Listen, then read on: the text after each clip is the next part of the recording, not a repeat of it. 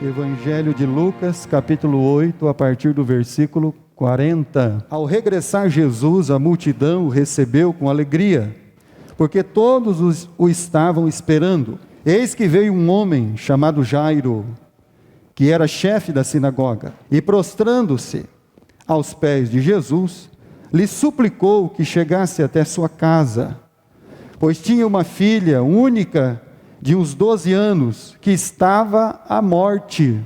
Enquanto ele ia, as multidões o apertavam.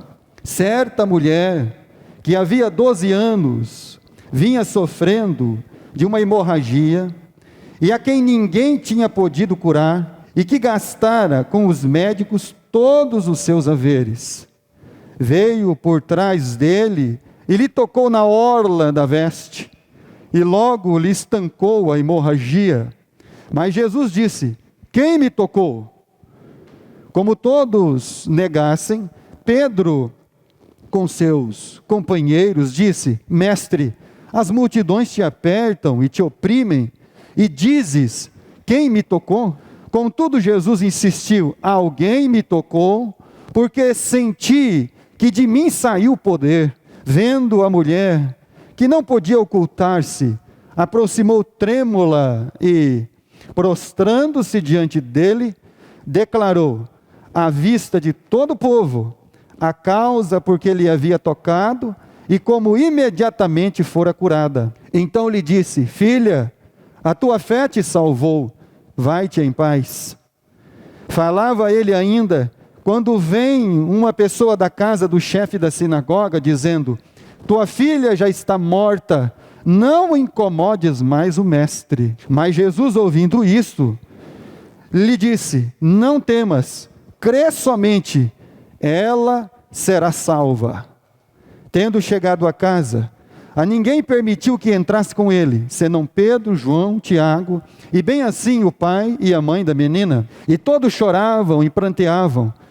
Mas ele disse: não choreis, ela ainda não está morta, mas dorme. E riam-se dele, porque sabiam que ela estava morta. Entretanto ele, tomando-a pela mão, disse-lhe em alta voz: menina, levanta-te. Voltou-lhe o espírito, e ela imediatamente se levantou. E ele mandou que lhe dessem de comer.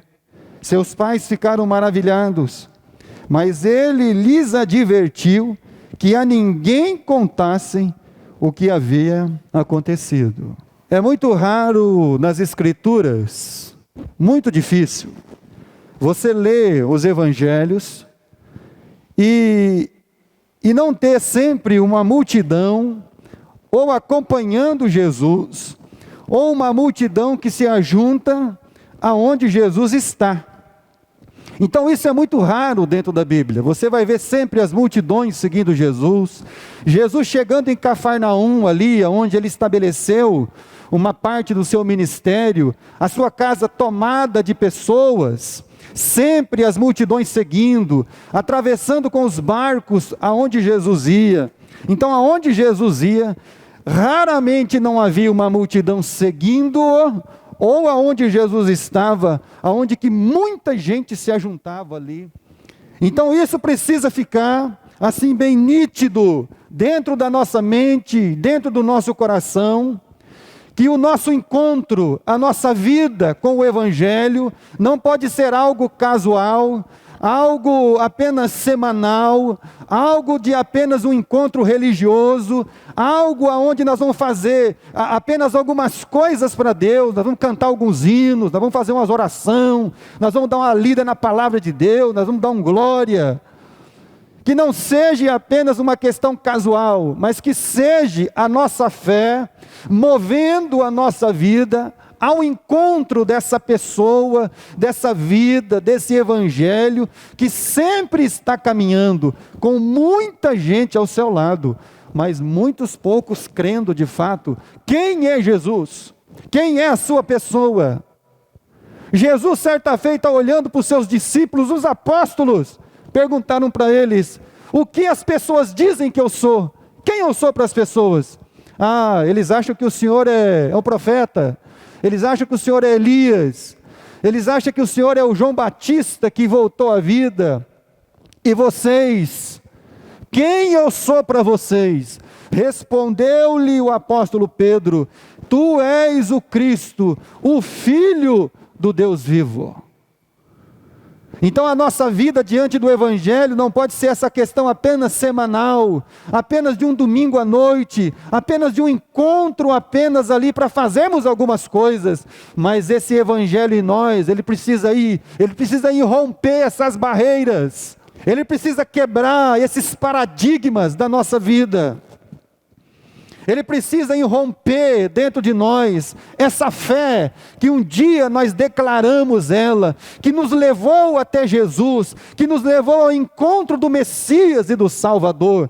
É essa fé que no meio de uma multidão, apenas 2 pessoas se destacam no meio deles.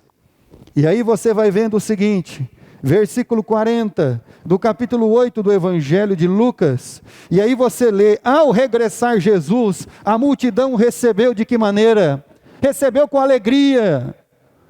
Então você não tinha lá pessoas que estavam entristecidos por causa de Jesus, eles não são lá aquele pessoal do Geraseno, que ficaram aterrorizados com a bondade, a misericórdia, a libertação, e pediram para Jesus ir embora. Eles estavam esperando Jesus com alegria, todos estavam esperando. E aí você vê, puxa vida, que legal, pastor, a multidão recebeu Jesus alegre. É, justamente, versículo, está entre o 42 e o 43, enquanto ele ia, as multidões o apertavam. Essas pessoas parece que tinham sede de Jesus, elas queriam estar próximas de Jesus, e tão próximas, que elas queriam chegar, encostar sua mão, chegar perto do Messias, ouvir dele uma palavra, ou ter dele um toque, como teve o leproso. As multidões estão aqui apertando Jesus, alegres em recebê-lo. E aí você vê, quando Jesus ele entra em Jerusalém, para comemorar a Páscoa, tem lá um povo gritando: Hosana, Hosana, bendito é aquele que vem em nome do Senhor. E apesar desse cenário, esse cenário trazer para nós, parece assim, poxa vida, pastor, o senhor vê a multidão, o povo agora todo convertido atrás de Jesus. Não é bem assim, não é dessa maneira. Jesus diz no Evangelho de Mateus capítulo 15, que muitas pessoas tinham o nome dele na boca, mas estavam longe dele, aonde? No seu coração e na sua vida. Muitas pessoas pronunciavam o nome Jesus, e Jesus diz lá em Mateus capítulo 7, olha, muitos naquele dia me dirão, Senhor, Senhor. As pessoas podem pronunciar a palavra, as pessoas podem entoar louvores, as pessoas podem oprimir Jesus, as pessoas podem ficar até alegres ao verem Jesus. Mas isso não significa que a vida deles é uma vida realmente entregue ao Messias, é uma vida realmente de fé. Eles estão ali por fé agora, por fé naquele que vem em nome do Senhor, por fé naquele que é o Salvador, o Cristo, o Cordeiro de Deus. E Jesus ele enfrenta todas essas questões, e o Evangelho, ele não pode ser apenas um encontro ou um contato casual, ele precisa ser aquela fé que nós devemos ter, que busca, aquela fé que tem sede, aquela fé que quer estar aos pés, aquela fé que quer estar próximo, quer estar junto, quer estar ali, Jesus na nossa vida agindo em nós e através de nós. Mas o cenário que se apresenta parece um cenário favorável ao Evangelho de João, capítulo 2. Abra a sua Bíblia no Evangelho de João, capítulo 2 e versículo 23. Mas quando você vê o cenário, e para quem, por exemplo, olhava de fora, aquilo era, quando os fariseus olhavam as multidões seguindo Jesus, eles ficavam furiosos. Porque Jesus, na mente dele, Jesus era uma pessoa enigmática. Jesus era uma pessoa que conseguia, pela sua oratória, atrair as pessoas, conseguir o ouvido e o manifestar da massa. E você vê que desde o tempo de Cristo, a religião já tem esse mal. Ela quer movimentar massa. Ela quer atrair o povo. Mas não com o Evangelho, não com a graça de Deus, não como aquilo que Jesus ele fazia, não. E aí no capítulo 2, versículo 23 do Evangelho de João, estando ele em Jerusalém, durante a festa da Páscoa, muitos vendo os sinais que ele fazia, creram no seu nome. Estão apertando Jesus, comprimindo Jesus ali na multidão, alegres, mas o próprio Jesus não se confiava a eles, porque os conhecia todos. Porque Deus ele conhece as intenções do nosso coração. Deus ele conhece os pensamentos da nossa mente. Nesse momento que nós estamos aqui, todos aqui reunidos, com essa graça de Deus, estes que estão nos assistindo, Deus sabe o pensamento de cada um de nós. Deus sabe o que está passando na sua mente, no seu coração agora. Se você realmente está ouvindo a palavra de Deus, se realmente a sua mente está meditando sobre aquilo que você está ouvindo das Escrituras, Deus, Ele sabe, cada um de nós aqui, o que está pensando, o que está refletindo dentro do coração. Não pense você que nós estamos aqui e Deus está lá no céu desapercebido, sem ver nada. Não, Ele está, porque conhecia a todos. Conhecia o coração, conhecia a intenção da vida, sabia porque eles estavam ali e porque eles proferiram aquelas palavras. Versículo 25, e não precisava de que alguém lhe desse testemunho a respeito do homem, porque ele mesmo sabia o que era a natureza humana. Não tem ninguém melhor que conhece a natureza humana do que aquele que a criou. Não tem ninguém melhor que conhece os nossos pensamentos, a nossa mente, o nosso coração, os propósitos do nosso coração, do que aquele que nos criou, o nosso Deus e Pai. Então Jesus conhecia a todos. Diante de Deus está manifesto, meus irmãos, a nossa vida. Não tem como nós estarmos no meio da multidão e até lá com palmas na mão, ou comprimindo Jesus, ou alegres porque Jesus está passando, mas se isso de fato não é verídico na nossa vida, se não é por fé, se não é a graça, se não é o amor que nos movimenta, se não é essa fé que nos fez chegar até esse Messias e Salvador, então Deus, Ele está ciente de todas as coisas, da vida de cada um de nós, daquilo que passa dentro de nós. Evangelho de João capítulo 6 agora, Evangelho de João capítulo 6 e versículo 23, entretanto, outros barquinhos chegaram de Tiberíades, perto do lugar onde comeram pão, tendo o Senhor dado graças. Quando, pois, viu a multidão que Jesus não estava ali, nem os seus discípulos, tomaram os barcos e partiram para Cafarnaum à sua procura. E aí você fala assim: poxa vida, pastor, essas pessoas estão à procura, eles estão procurando. Ah, é? Versículo 25.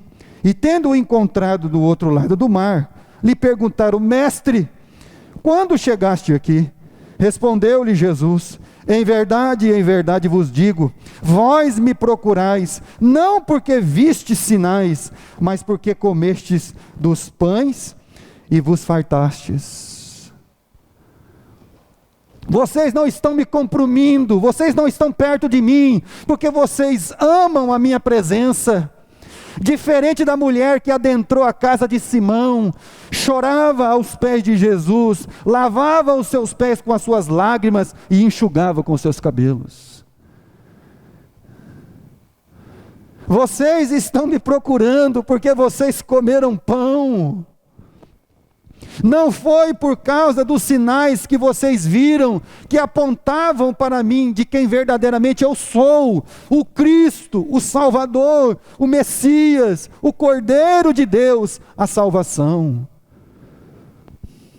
Vocês estão atrás de mim por outras coisas, por outros motivos. Vocês estão muitas vezes atrás de mim, para que as coisas perecíveis da vida de vocês sejam resolvidas. Presta atenção, meu irmão e minha irmã, vou falar de novo. Deus não veio tratar conosco sobre coisas que perecem. Deus não veio resolver os nossos problemas perecíveis.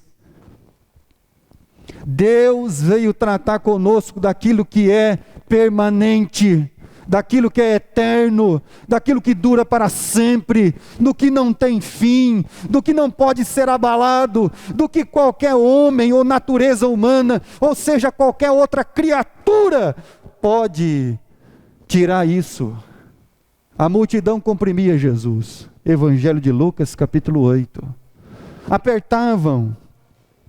Mas aí você vê que o coração, a vida dessas pessoas, elas não estão comprometidas, elas não estão ali por fé, elas não estão ali por amor, elas não estão ali pela graça, elas não estão ali para ouvir uma palavra que Jesus tinha para falar.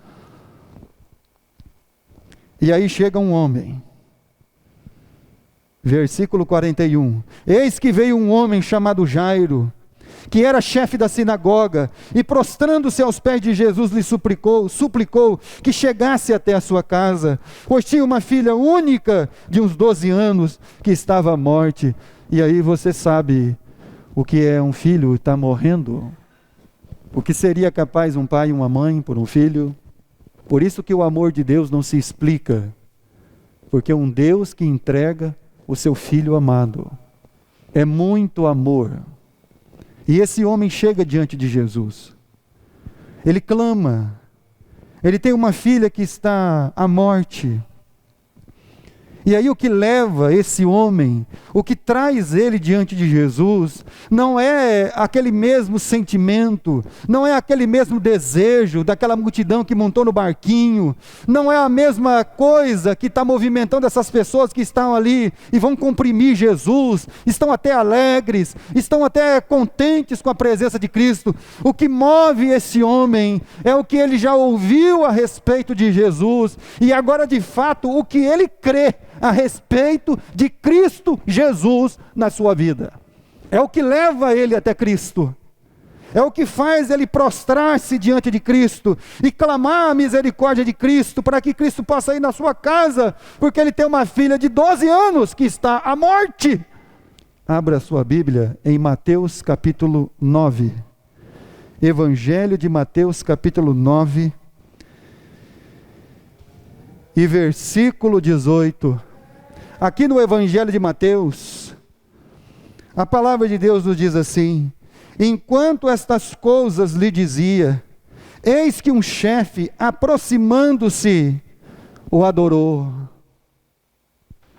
E aí você vê que aquilo que leva esse homem até Jesus o Cristo, até o Messias, não é apenas o desejo de que o Messias resolva o problema da saúde da sua filha, mas aqui no Evangelho de Mateus, a Bíblia diz que ele o adorou, apesar da filha estar lá, à beira da morte. Ele estava diante do Salvador Jesus, e ele o adorou. Primeiro ele foi lá para fazer essa adoração diante de Deus, prostrar-se diante do Cristo Jesus.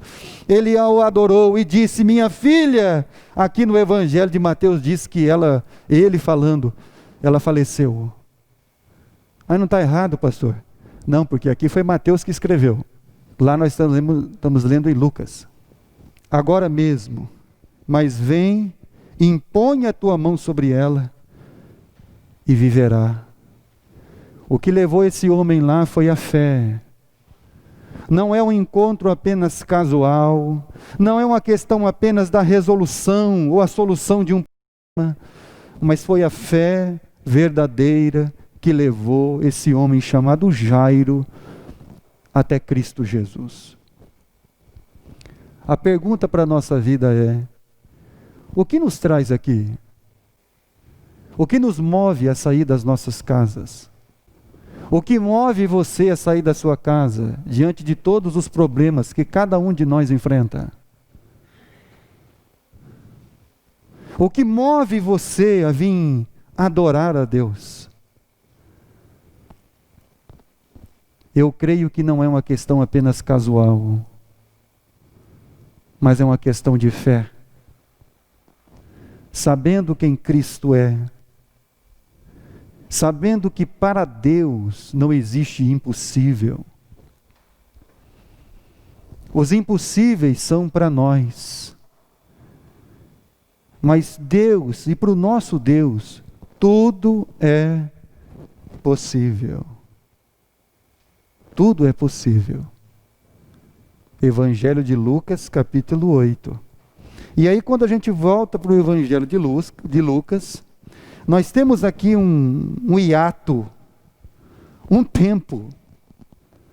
E aí você imagina, para quem tem uma causa urgente, tempo é um problema. Se você tem uma pessoa morrendo, tempo é um problema. Se você tem uma pessoa com extremas dores, tempo é um problema. Se você tem uma alma com extremo sofrimento, tempo é um problema.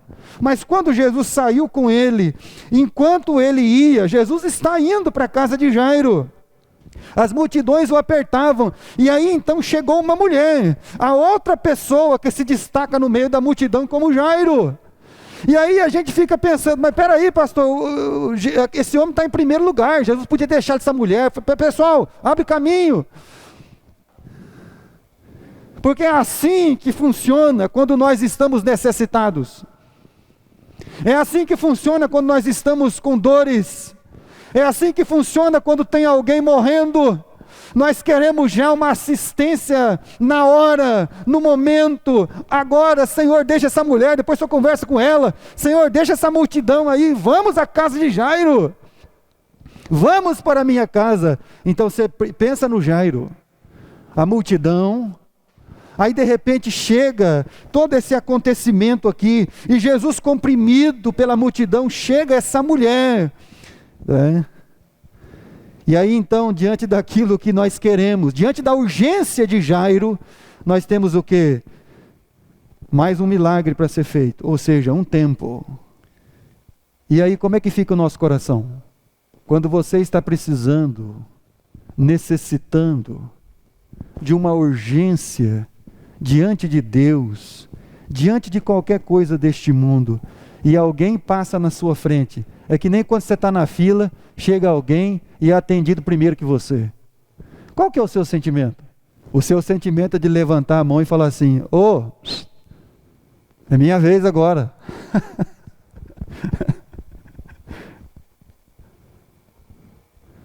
Você já imaginou alguém sendo abençoado e você está esperando a bênção?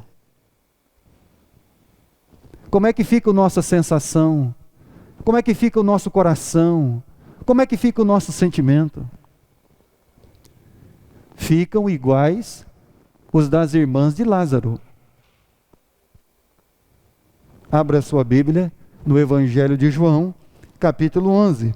E aí você vê aqui o Jairo, e aí chega a multidão comprimindo Jesus, agora vai aparecer a mulher, Evangelho de João, capítulo 11, versículo 21, e aí nós vamos ter os mesmos sentimentos, as mesmas sensações que as irmãs de Lázaro tiveram. Disse, pois, Marta a Jesus, Senhor, se estiveras aqui, não teria morrido o meu irmão.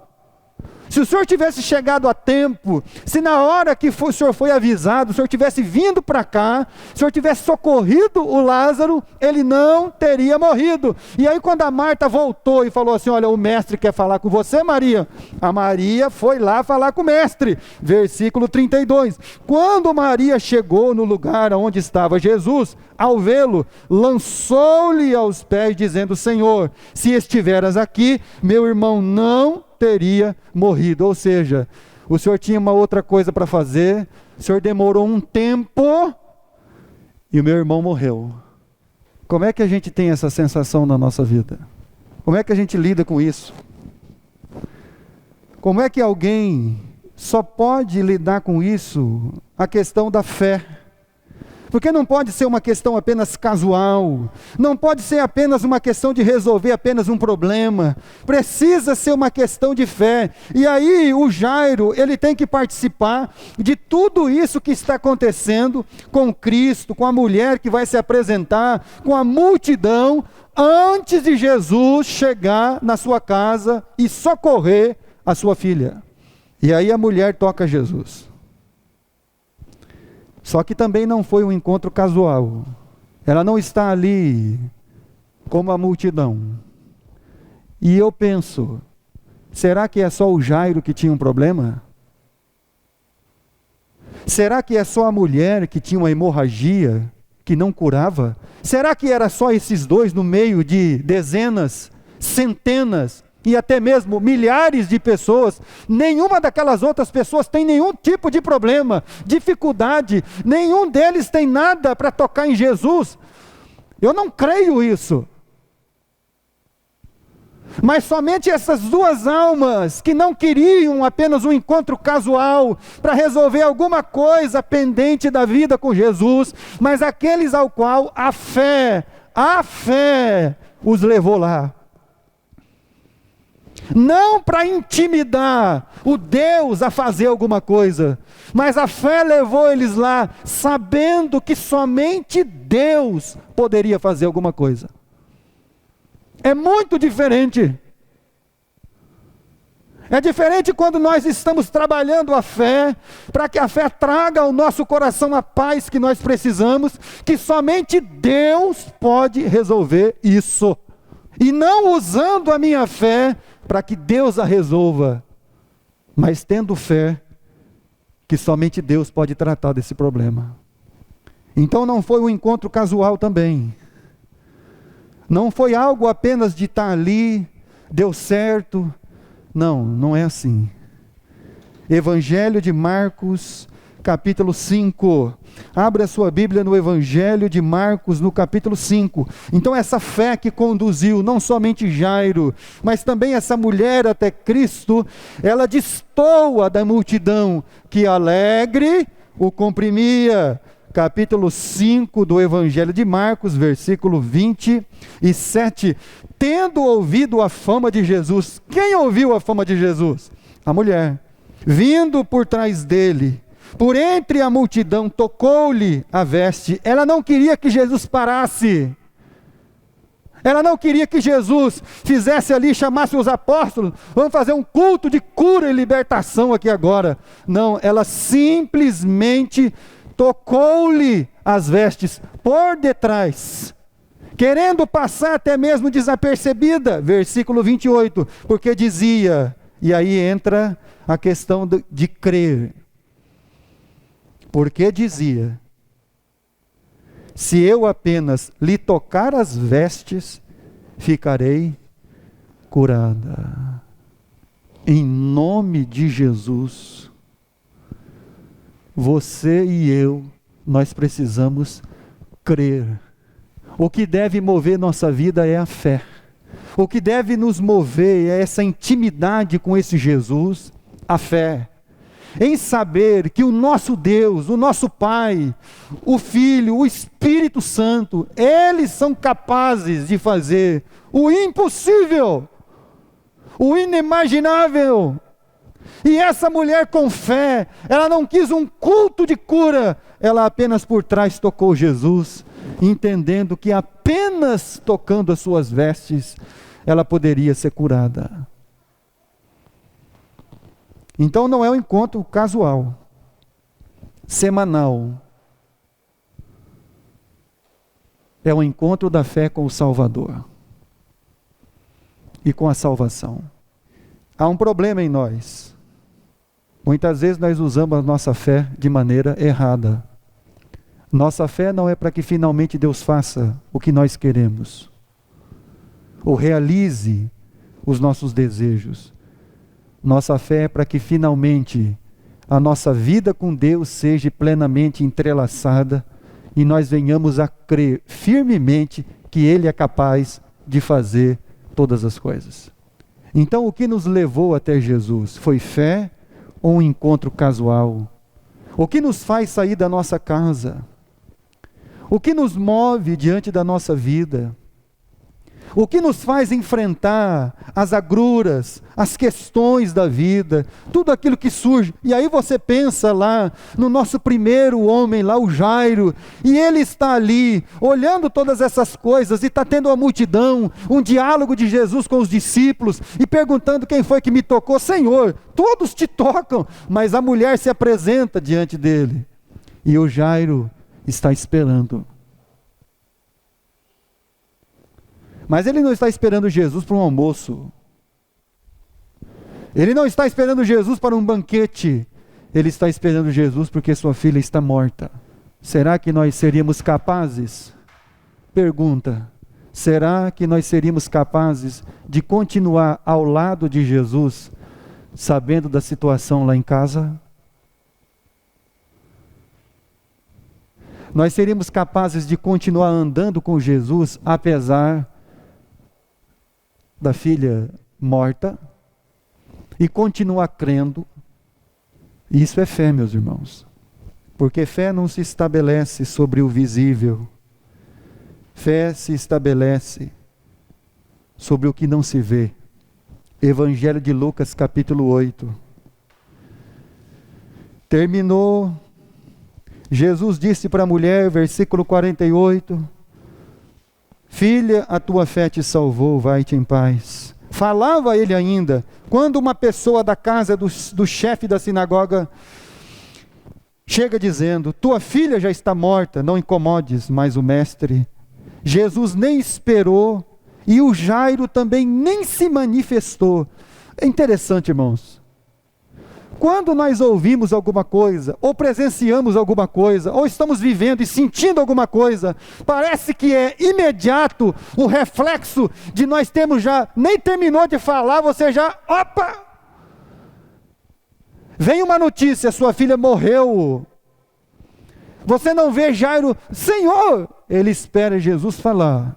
Versículo 50. Mas Jesus, ouvindo isto, disse, não temas, crê somente, ela será salva. A tendência nossa é nem esperar, é falar, é gritar, é espernear. Nós não somos capazes de parar e ouvir o que o Senhor tem para dizer. Porque dentro de uma crise dessa, o que nós queremos é gritar, espernear, maldizer. Está vendo? O senhor esperou a multidão, o senhor ficou aí tratando com essa mulher, ela já foi curada. Mas Jairo está movido de uma fé que tem um princípio, e fé tem princípio, meu irmão e minha irmã. Fé tem princípio de ouvir. Quem não quer ouvir, não gosta de ouvir, não está pronto para ouvir, não tem princípio de fé. Evangelho de Marcos, capítulo 9, para nós encerrarmos. O Jairo não disse uma palavra ao ouvir essa devastadora notícia. Capítulo 9 do Evangelho de Marcos, versículo 23. Ao que lhe respondeu Jesus, se podes, tudo é possível ao que crê. Versículo 24. E imediatamente o pai do menino exclamou, com lágrimas, eu creio, ajuda-me na minha falta de fé. Me ajuda, Senhor, na minha falta de fé. A minha falta de fé de não querer ouvir o que o Senhor tem para falar. A minha falta de fé em achar que todas as coisas serão dentro do meu tempo e das minhas questões. Me ajuda, Senhor Deus, na minha fé, para que eu creia que o Senhor pode fazer todas as coisas. Me ajuda, Senhor, a ouvi-lo, a ouvi-lo com fé. E que o nosso encontro, a nossa vida, elas estejam entrelaçadas pela fé que há em Cristo Jesus. Fé na palavra, essa fé que nos traz a paz, essa fé que nos traz a salvação, porque pela fé nós chegamos até a graça de Cristo Jesus. Essa fé que nos conduz à graça, porque pela graça sois salvos, por meio da fé. A fé que nos levou ao Salvador, a salvação. Essa fé que nos traz a paz, sabendo que Deus está conosco, apesar das notícias devastadoras desta vida. A fé que nos move, nos faz continuar andando firmes e constantes junto com Cristo Jesus. Então nós temos que fazer o quê? Fazer o que Jesus disse pro Jairo: crê somente. Você precisa crer. Tudo é possível ao que crê. Que Deus possa trabalhar o nosso entendimento, a nossa vida. Que Deus nos ajude a lidar com as nossas circunstâncias, com tudo aquilo que se apresenta diante de nós. Que possamos prestar bem atenção naquilo que Jesus está falando, na sua palavra, e que a nossa vida seja uma vida inteiramente, integralmente ligada com Cristo Jesus, o Senhor. O que este homem ouviu foi: crê somente. Mas só isso, mestre?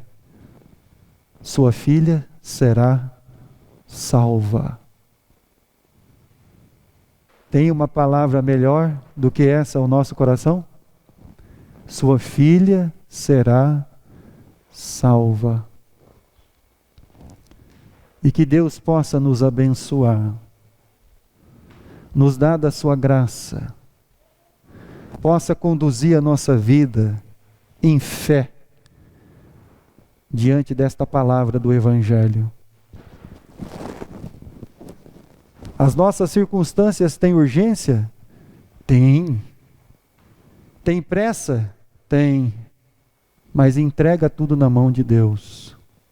E Ele vai, como somente Deus sabe fazer, vai guiar a vida de cada um de nós. Peça a Deus: Senhor, aumenta a minha fé. Não desanime diante das circunstâncias, das notícias, porque essas pessoas aqui ouviram coisas, sentiram coisas que abalariam